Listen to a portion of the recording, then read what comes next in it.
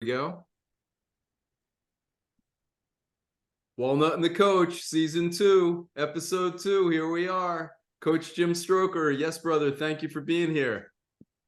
Well, thank you, Paul. And the one thing's for sure is that every time I get around you or I'm in your presence, I feel an illumination. I feel like there's a light and a level of authenticity and love that's coming from you, rather than a diminishing impact. So you make me feel better when I'm around you, and I think that's the greatest gift that you can give anyone. So I thank you for that, and I'm so excited to be back. Thank you, sir. Well, right back at you likewise. And like we were talking about a little bit before pushing record, I think about you a lot. I think about our relationship. And it's funny how sometimes, you think about certain people in your life and things they've said and things they've done that touch you, that inspire you. And it uplifts you in moments that they're not even physically, around you. So you give me that gift as well, sir. I want to thank you for that. I love that, Paul, that it's what you feel when the person's not around. Yeah. When you think about them, what emotion comes up? Yeah. Isn't that interesting? It's the Maya Angelou, right? It's the way we make each other feel, and how we sort of say, especially when it's a great feeling, how we savor that and we refer back to it. We sort of go back to that place of like, wow, Jim said that, that was 2 years ago, but boy, it still uplifts me today. It's wonderful. Yeah, I love that. And it really can impact. I mean, I almost think of it like another form of Phil Stutz, and we've talked about his Netflix great documentary called Stutz. I think we've talked about it, right? I'm trying to recollect. Tell me more. Yeah, well, Jonah Hill was one of his clients, and Jonah was so impressed. Phil is he's a New York City born, just like a character, like in a movie. Little guy, scrappy basketball coach, and he became a therapist, and then challenged the process by saying, he would go to therapy, or he would watch his mentors, and they would basically just listen. And their goal was to try to have the person figure out what tools or figure out the solution for themselves. And Phil said, baloney. I can't, I'm too impulsive. I want to offer them tools. And so hence he wrote the book, The Tools, by Phil Stutz and Barry Michaels. And he is the therapist of all the Hollywood stars. And the book is incredible. And one of the tools, Paul, that he uses, which is so interesting, and anyone who's listening can try it. And it's not anything like mind-boggling, but if you try it and use it, it's interesting. It's called Grateful Flow, right? And as opposed to, which Robert Emmons, who's the gratitude and grateful guru, has talked about all the research on gratitude journaling, which we know, and like it just like it's for real, it's been layered with Martin Seligman, basically thinking about, and then actually writing down things you're grateful for. Well, anyway, so one of his tools is when you have a negative thought, when you're feeling a state of negativity coming on. I just feel sad. I'm tired. I'm bored. I'm livid. I'm scared. Blah, blah, blah. They just immediately use a grateful flow. Now, the grateful flow is wherever you are in that environment, take a deep breath. So take that big breath.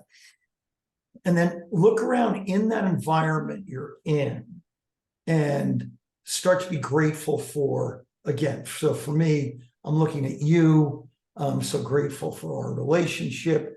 My favorite hat that I wear every morning that really keeps me warm, and I love it. I am just in love with Chat GPT and the new images that it creates, which has just changed my life. I'm so grateful for, you know, all the big rocks in my life that, but you just look around yourself, and if you start to just flow into it, not like 1, 2, 3, 4, 5, like, and you know this is for real, like the negativity starts to diminish, and it's very powerful. So grateful flow is just, you know, a practice of getting yourself back aligned to, I guess where you want to be. I'm getting hit all edges with, like, feel what you feel, allow those feelings to come in, don't push them away, and I'm nudging them away. No, anyway, blah, blah, blah. So I love it. Comma or period. Go ahead.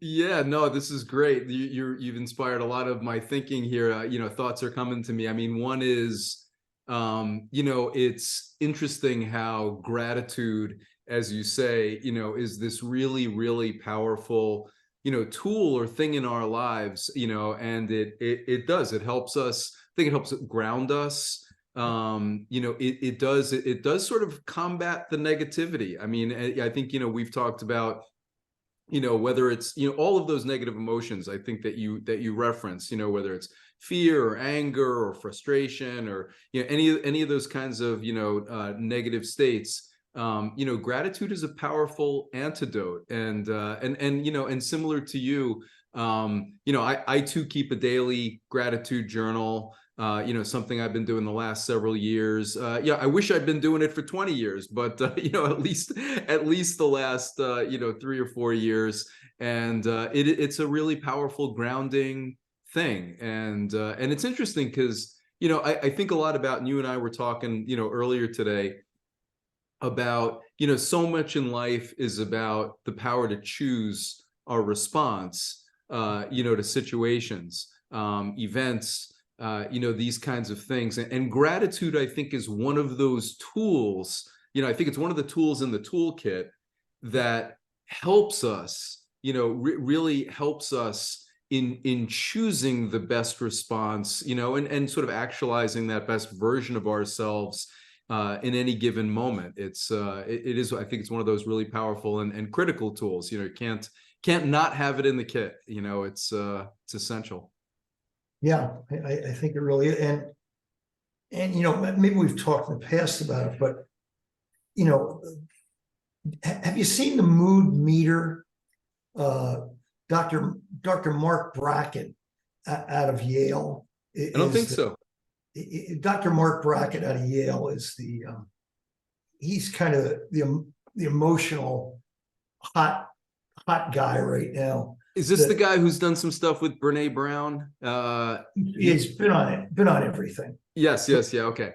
It's like a 4-quadrant mood meter, which is worth getting. Like I it's in the car right now because I use it a lot. So like a big, I have it on an easel, and you know, puts the 4 corners: high energy, positive feeling, high positive, low energy. So high energy positive would be, you know, zest and excitement and enthusiasm, and high energy low affect would be calm, focused, feeling satisfied, content. And then on the other side, you have low energy negative, which would obviously be sad, sullen, words like hopeless, and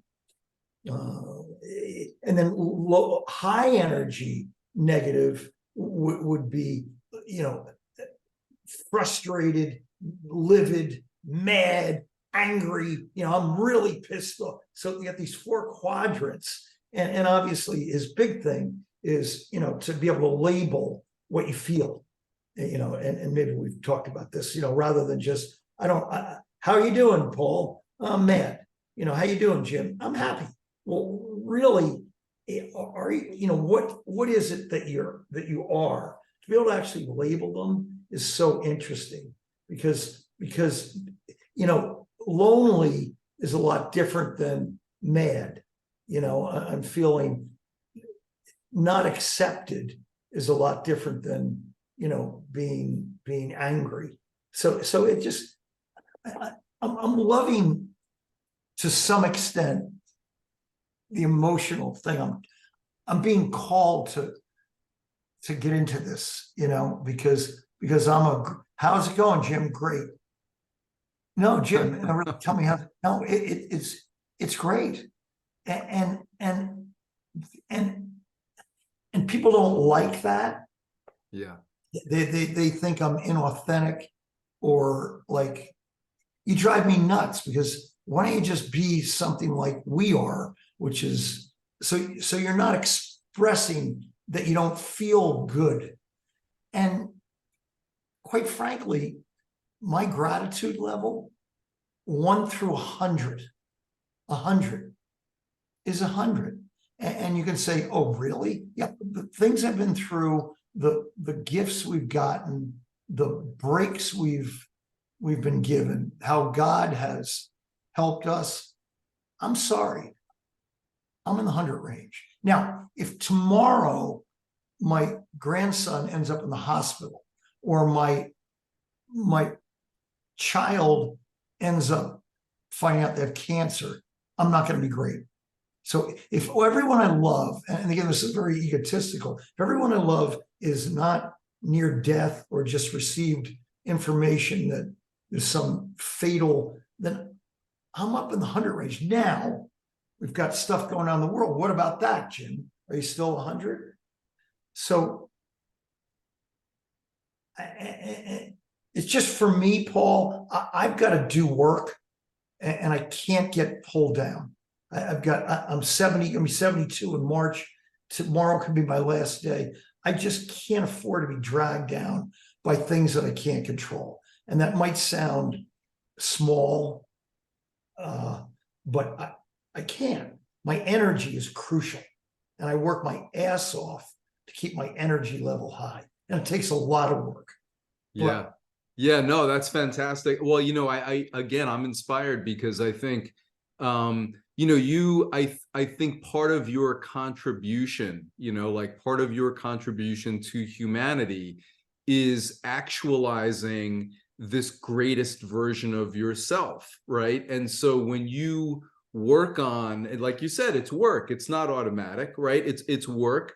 And when you're bringing that work and saying, you know what, I am, my gratitude level's pretty consistently 100. I can't guarantee it'll be at 100 every single moment, right? Yep. But my aspiration is to keep it there. I think that's, you're giving, by doing that, you're not just doing something for your own benefit, but it's part of your service, right? It's part of how you are serving those around you, right? Sometimes I call it, it's like shining the light, right? It's like you're, like by actualizing gratitude at 100, you're cranking up your light, that light of love to its brightest level, and that has impact. It has impact. It's not just for you. It's for everyone around you. It's for all of humanity. So I don't think it's selfish. I think it's who you're meant to be, and you're putting in the work. I think it's crucial. Yeah, and this paradox again, this tricky thing. What's driving your actions? Is it your feelings or your identity?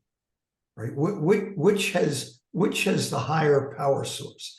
An identity of who you are and who you want to be, or your feelings? And the feelings people would be like, you got to feel what you feel. If you don't feel like it today, take a deep breath and don't feel like it. There's a reason for it. And I still banter with that a little bit, because there's plenty of days where I didn't feel like doing what I knew I had to do. And quite frankly, once I started doing it, I felt a whole lot better. And I'm so glad I did it rather than played small and said, look, I don't feel like it today. Right. Right. No, I hear you. I think, the way it's making me think, Jim, is, I was doing some work a couple of years ago, and a colleague introduced this kind of framework, for processing negative feelings and negative emotions when they come around. And the way he described it, the first steps of the process, the way he described it is, he said, first notice and then name, right? Notice is number one, and usually the notice is like something physiologically is happening, right? Either, my breathing's getting a little more shallow, in other words, if there's a negative emotion that's happening, there's some physiological thing. Oh, my stomach is getting clenched up, something like that. So notice is number one. Number two is name, this idea of like, oh, okay, I've had the hint, through my body. Now I'm going to get more conscious and name that feeling, oh, it's a negative feeling of frustration, or or anger or fear, or any of those things that, like, I think the way you were describing it, the way I was thinking about it, is that could sort of put us in a state of inaction, right? Like, well, I don't feel like it, I don't feel like, doing this or being that, or, because I'm too frustrated, and I'm just gonna, and I think, there's a natural, to me, there's like a natural part. And I always say to people, hey, we're human beings, right?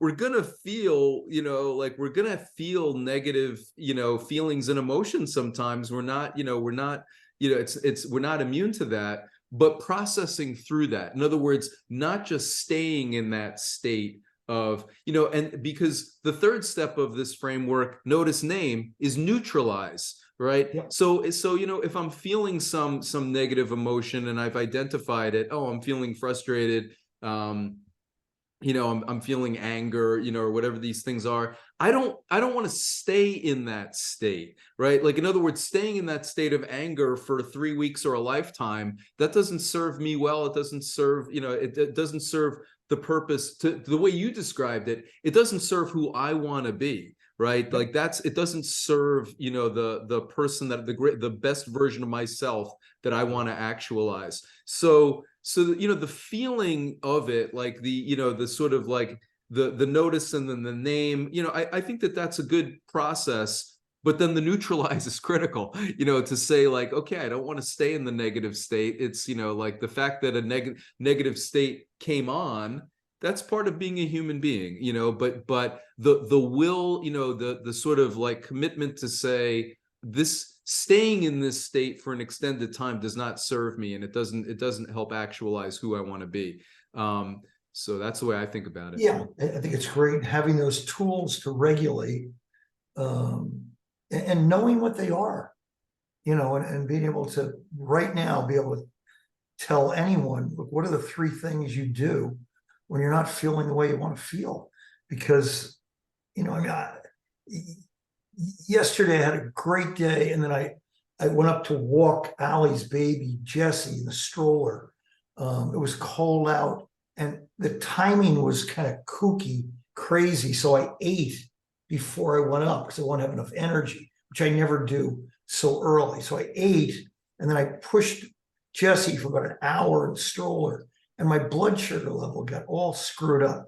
So I drive home, I'm like falling asleep in the car, and it's like middle of the day on Sunday, like the worst thing in the world. I laid down in my bed and watched a Giant game, which is the biggest mistake in the world to do. It's like, to me, like, in the old gym would have, you spent all, so I'm like feeling really crappy, right?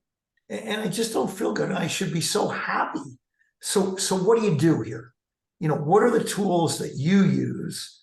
So, for me, I've just found this new toolbox. I'm going there in 20 minutes. and it's now about 41 straight days of heat, hot, cold exposure over at this Russian, Ukrainian-owned spa, where the saunas are 200 plus degrees and the cold plunge are, low 50s, high 40s.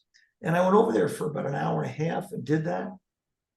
I'm like all better, all better. And so it's an example of not sitting in the feelings, but learning what to do with those feelings, and then using the energy to actually do them. And that might have been a phone call for someone else, or a walk around the block. Yes.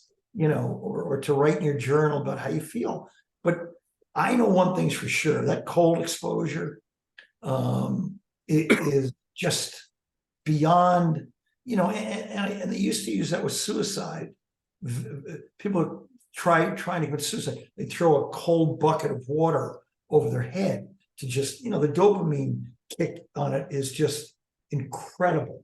And so, I don't know, notice, and Dr. Mark Bracken uses the acronym RULER, and recognize, like notice, what's going on.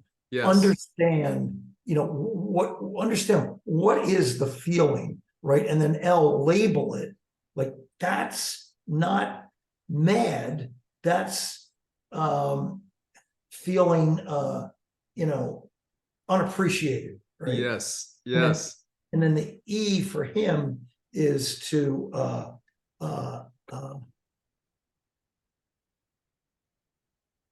trying to think, it's not regulate yet.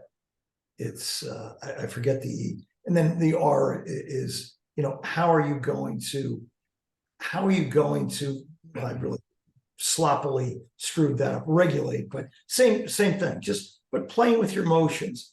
And that's, Paul, I think part of what we're talking about, which is empathy, and starting to try to talk to people and making an attempt to see them deeply and get underneath that superficial layer and want to know how someone feels, and truly allow them to express what they're feeling, as opposed to sizing them up. Yes. I love it. It's making me think, Jim, it's fun. Well, first of all, as you were describing the ruler framework, it all clicked for me. I thought to myself, the framework that I was describing for you earlier, the notice, name, neutralize, this is actually based on that ruler framework out of Yale that's been applied in schools and other. So I am familiar with the ruler framework. And it's interesting because, when this fellow was talking about the way he was sort of thinking about it, the notice, name, neutralize, I sort of took that and I added to it reframe and respond, right, as the two last steps of what I think of as a self-regulation framework in a very simplistic way, right? So the idea being, notice, as we talked about, name, neutralize. I love what you described, right? Neutralize, I think, is really a very personal, like what works for each of us. Like, for example, you were talking about, for you, like the hot and cold therapy is a very powerful, neutralizer. And then you were saying, hey, for some people, it might be a long walk. It might be a talk with a close friend on the phone, right? There are different ways that we have of sort of processing through, I think, that moment, right? That sort of like, that negativity, whatever that emotion or feeling is. And then for me, the fourth step is the reframe, right? And so once I've neutralized and I'm no longer, sort of being tossed about by that negative moment or that negative feeling, the reframe, I have the clarity and the grounding to think about the situation differently, right? And to think about myself in relation to the situation differently, and say, if I was my best self, how might I respond to this situation? And then that last step is the response. It's executing the response. So that's the way I think about it. It's really great, Paul. I love that. So great question about, so what do you really, really want for your kids? Yeah. Do you want achievement, or do you want them to become a good person? What's your number one priority? Do you want them to win the race, be the valedictorian, go to the good college, or do you want them to be a good person? And you might say good person will lead to success, but what do you really, really want? Which one? No question, brother. If I have to choose between those two, it's going to be good person, all day, right? Because, and the way I think about it is, I think the greatest thing is, when we can have in our lives, a sort of a sense of peace, a sense of being the best person that we can be. And it's not, to me, it's not really so much about the external achievement, or those sort of external markers of achievement. It's I think if we have our basic needs met, right, and we have a certain, like all of us, right, a certain standard of living, right? We have a roof over our head, we have food on the table, right? We're not living in crisis situations. We have a certain measure of of health and safety and security. I think all of us on the planet, we really want the same things out of life, right? If we have those basic things and our basic needs are met, then it's not about the external achievements. It really is about, how can I be the best person, the best human being that I can be? How can I have, and that, I think, with that comes a sense of peace, and through that, I want to serve others, so the question about, for my child, or for anyone, for me, it's about, I want really the greatest self-care, right? The self-care meaning, take care of yourself, health, wellness, physical, mental, spiritual, peace, and then care for others, right? Care for this world, care for the environment, care for our communities. So those are the things that I want. And if 100 is your potential, right? Your totally actualized potential, and 0 is nothing. Where are you now? What number are you at right now, if 100 is your potential? Oh, wow, what a question. I love it. It's hard to say. I want to say 80. That's the number that kind of came to mind. I was tempted for 85, but I'm like, I don't think I'm at 85. I want to say maybe 80. Like, I feel good, and I feel like, like I'm reaching a lot of that potential. But it goes back to, just before you and I hit the record button today, my friend, and I was saying, I feel like I'm having good impact in ways that are like near me, like when I work with individual people, when I work with groups of people. But I feel like to fully actualize, I need to have a bigger macro impact, because the state of the world concerns me, and I know you and I have this conversation with regularity about, like, operate within your your sphere of influence, and what can you change, what can't you change. But yet I strive, there's a part of me that says, before I leave this planet, I want to have a bigger impact in steering things toward the good. And I don't feel like I've yet reached all of that. So I'm gonna say 80. How about you? I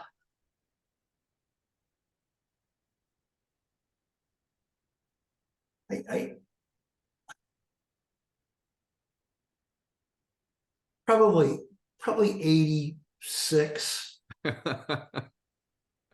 And in some areas higher, some areas lower, obviously. But I feel pretty good. Do you feel like 5 years ago you were certainly under that number, you're growing? Absolutely. Absolutely. No, there's no question in my mind that I feel like I'm at a higher level of sort of like reaching my potential. I feel like, and it's not completely linear. I don't want to make it sound like it's just always, but I feel like, and I think you and I both share this, this sort of like commitment to growth and this commitment to, I do want to be better today than I was yesterday. And so, if I have that mindset, that growth mindset, then I think it is going to keep me, sort of moving in that direction. So your question about like better than 5 years ago, definitely. Yeah. And do you feel like you're really focused in on what you should be focused in on? And can you actually see yourself at a little bit higher level, what you look like and what you feel like, and maybe what you're doing? Like if there was no holds barred, if like magic could happen?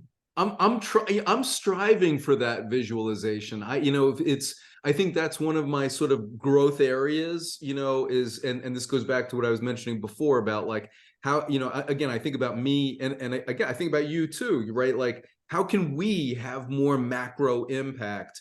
And so I'm still sort of struggling with like, what does that look like? Like, what does that look like? Like, I feel so good. I feel great about like the impact I'm having now, on a certain level, and it feels good. And I'm thankful for who I am and how I'm operating. And yet I'm trying to visualize what does it look like if I'm having more impact on a broader level. So, yeah. I stumbled upon a story to finish up, and you can finish, but I've been thinking about it, and it's a good one for empathy. It's a good one for trying to understand people. And remember, it's a story about, remember the 6 blind men that are walking in the jungle, and suddenly an elephant comes up, right? And the one blind man walks up and takes the elephant's tail and goes, "Oh, this is like a rope. This is a rope here," right? And the next blind man walks up, grabs the elephant's leg and goes, "Oh, this is like a tree here." And then the next one touches the elephant's body and goes, "Oh no, it's like a wall here." The next one touches one of its trunks and says, "Oh, it's like a spear here." Next one touches its trunk and says, "Oh, it's like a hose here." And the last one, if there was another one, I think that's the 6. But it's really the way people perceive and see things that are different than the way we see them. And to be open and